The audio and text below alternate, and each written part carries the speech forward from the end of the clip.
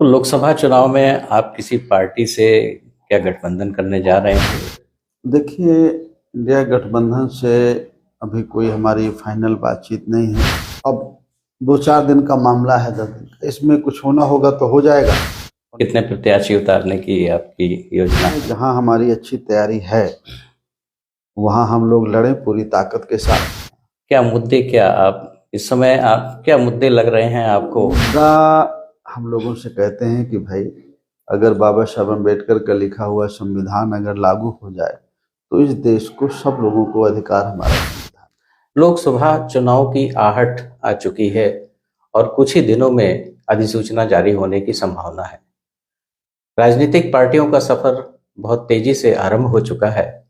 हमारे बीच में आज जन अधिकार पार्टी के राष्ट्रीय अध्यक्ष श्री बाबू सिंह कुशवाहा जी हैं। हम श्री कुशवाहा जी से लोकसभा चुनाव के बारे में कुछ बातचीत करेंगे। श्री कुशवाहा जी, आपका बहुत स्वागत है बहुत हमारे इस बहुत चैनल धन्यवाद पे। शर्मा जी। नमस्कार। आपकी ये यात्रा चल रही है जिसको लेकर के आप गाजीपुर से ये यात्रा आरंभ की है आपने, तो क्या उद्देश्य है इस यात्रा का? हम लोग 8 जनवरी को गाजीपुर से शुरू किया जन अधिकार पार्टी के तत्वाधान में संपूर्ण भागीदारी यात्रा। इस यात्रा का मकसद है, अगर उसको लोग नहीं समझेंगे तो बहुत सारे लोग उसको कह देते हैं कि भाई ये जातिवादी है, लेकिन उस यात्रा का किसी जाति धर्म मजहब का कोई विरोध नहीं है। उसका एक ही मकसद है कि हमारे देश में जाति जनगणना हो और जाति जनगणना के बाद जिस समाज की जितनी आबादी हो उस आबादी के हिसाब से उसे हर क्षेत्र में हिस्सेदारी मिले, चाहे वो सरकारी नौकरियां हो, प्राइवेट सेक्टर की हो, जल जंगल जमीन हो, व्यवसाय हो। हमारे देश का संविधान 26 जनवरी 1950 को लागू हुआ और 1950 से ही संविधान हमें इस देश के सभी लोगों को समानता का हर क्षेत्र में अधिकार देता है। समानता का मतलब खाली जाति से नहीं है, हर क्षेत्र में समानता।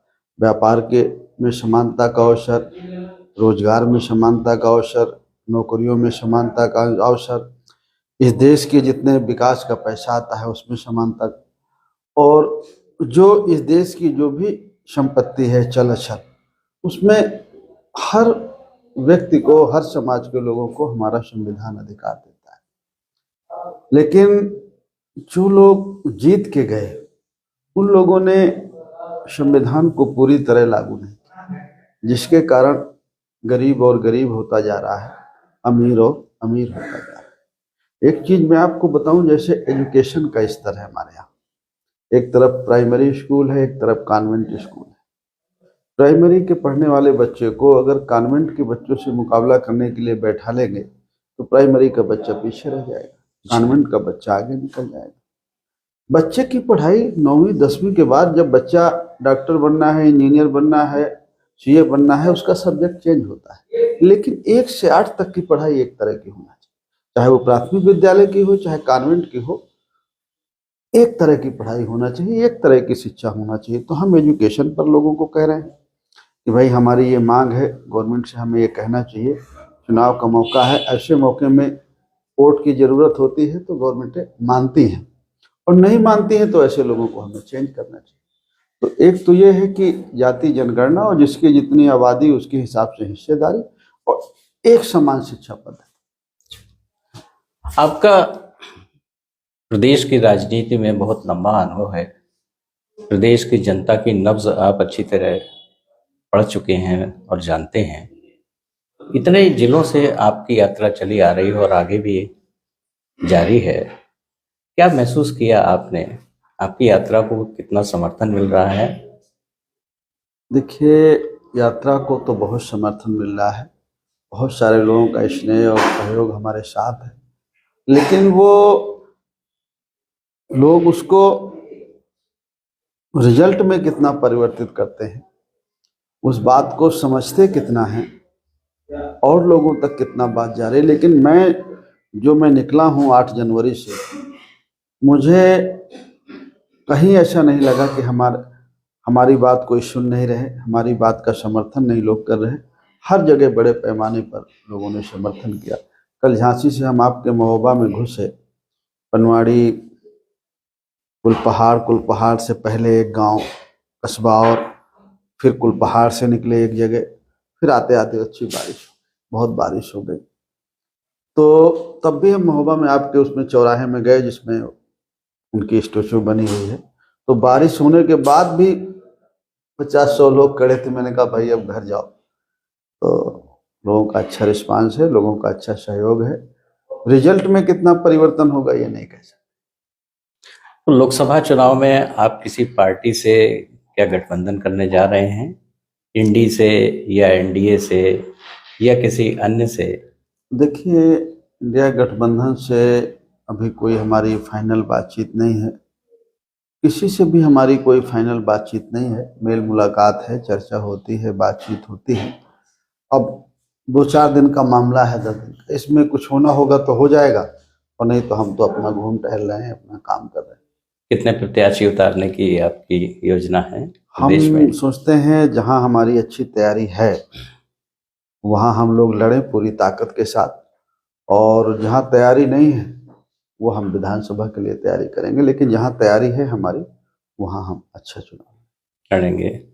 क्या मुद्दे, क्या आप इस समय आप क्या मुद्दे लग रहे हैं आपको? मुद्दा हम लोगों से कहते हैं कि भाई अगर बाबा साहब अम्बेडकर का लिखा हुआ संविधान अगर लागू हो जाए तो इस देश को सब लोगों को अधिकार हमारा संविधान देता है। संविधान के तहत कुछ साथी हमारे विरोध करते हैं, लेकिन वो ये भूल जाते हैं कि संविधान ही उनको राइट देता है, उनको अधिकार देता है। नहीं तो राजा होता, राजा का बेटा राजा होता, फिर राजा का बेटा राजा होता। जी। लेकिन संविधान ही हमें ये अधिकार देता है कि आपको भी मौका मिल सकता है, हमको भी मौका मिल सकता है, ये देश के गरीब से गरीब आदमी को मौका मिल सकता है। तो संविधान हमारे देश में पूरी तरह लागू हो। बड़ा इस समय माहौल है, जो अपना राजनीतिक पार्टियां बनाते हैं अपना अपना माहौल, लोगों से हम कहते हैं कि आप उस माहौल को भी देखिए और श्रद्धा भाव रखिए, लेकिन अपने बच्चों के रोजगार के बारे में भी सोचिए, उनके शिक्षा के बारे में भी सोचिए, स्वास्थ्य के बारे में भी सोचिए, और किसान को खाद बीज सस्ती कौन दे सकता है, उनकी फसलों की कीमत कौन सही देता है, और उनके कर्जे कौन माफ कर सकता है, उनकी समस्याओं का समाधान कौन कर सकता है, ये भी उनको देखना है। क्योंकि चुनाव के मौके पर ऐसे मुद्दे उछाल दिए जाते हैं कि जो लोगों का मेन मुद्दा है, महंगाई से ध्यान हट जाए, बेरोजगारी से ध्यान हट जाए, किसान अपनी समस्याओं से ध्यान हट, इन मुद्दों को चुनाव में कोशिश करती हैं पार्टियां कि हट जाए। लेकिन जो मतदाता हैं उनकी ये जरूरत है कि इन मुद्दों को पकड़े रहें। जी हाँ, तो हम यही अपील करेंगे आपके माध्यम से कि इन मुद्दों के बारे में आप जागरूक होइए, सोचिए, और जो आपसे वोट मांगने आए उसके बारे में पूछिए इससे, भाई आप हमारी बेरोजगारी के बारे में क्या कर रहे हैं, हमारे बच्चों की शिक्षा के बारे में क्या कर रहे हैं, हमारा संविधान हमें फ्री शिक्षा की इजाजत देता है, किसानों की समस्या का समाधान कौन कर रहा है, बेरोजगारी कौन दूर कर रहा है, महंगाई कौन कम कर रहा है, इस बारे में हमारे सवाल है। बुंदेलखंड के किसानों की फसलों की कैसे सुरक्षा की जाए और उन किसानों को क्या ऐसा लाभ मिल सके जिससे वो सुरक्षित रह सके, उनकी आय बढ़े? इस देखिए, बारे में आपका क्या विचार है? मैं तो खुद भी बुंदेलखंड का ही हूँ, और जैसे बारिश हो गई, जी लोगों के मटर खेत में पड़े हुए हैं, मशहूर कहीं कहीं इतनी भारी क्षति हुई कि जिसको बयान नहीं किया जा सकता। देखिए, जो प्राकृतिक आपदाएं हैं, ओला पड़ गए, सूखा पड़ गया, जैसे ये बारिश हो गई, इनको तो नहीं रोका जा सकता है, लेकिन गवर्नमेंट अपनी स्कीम और योजनाएं चला के लोगों को राहत पहुंचाई जा सकती है। चेक डैम का काम आपके यहाँ हो रहे थे, बांध वगैरह भी बन रहे थे, पानी लाने की बात चल रही थी, कोशिश भी की। महोबा सबसे ज्यादा प्रभावित होता है जी लेकिन आज तक वो काम पूरे नहीं हो, जिसको सरकारें कर सकती हैं और नहीं करती हैं। और फसल बीमा योजना है, उसके तहत लोगों का फसलों का बीमा है, बीमा कंपनी खूब सारे पैसे ले गई इन 5-7 सालों में, लेकिन किसी को बीमा की राशि नहीं मिली। जैसे फसल का नुकसान हुआ, क्षति हुई, तो पैसा मिलना चाहिए, उतना पैसा मिलना चाहिए जितनी उसकी उपज होती। अगर किसान को हम प्रोत्साहित नहीं देंगे, गवर्नमेंट मदद नहीं करेगी, गवर्नमेंट सब्सिडी नहीं देगी, तो कभी भी किसान खड़ा नहीं हो पाए। जैसे मनरेगा स्कीम है, अगर हम उसको किसान से जोड़ दें, मनरेगा के तहत काम होता है कि नहीं होता, कहाँ कराते हैं, कुछ समझ में नहीं आता। अगर मनरेगा के तहत वो काम किसान के खेत में हो जाए, तो मजदूर को काम मिल जाए, किसान के खेत में काम हो जाए और किसान का खर्चा कम हो जाए।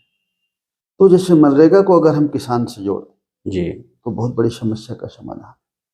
और किसान को सब्सिडी का हम प्रोविजन करें, खास करके जहाँ प्राकृतिक आपदाएं ज़्यादा आती हैं, उसे तो सब जगह करना चाहिए, लेकिन बुंदेलखंड में तो विशेष तौर पर करने की जरूरत है। जी, पानी की सुविधा करने की जरूरत है।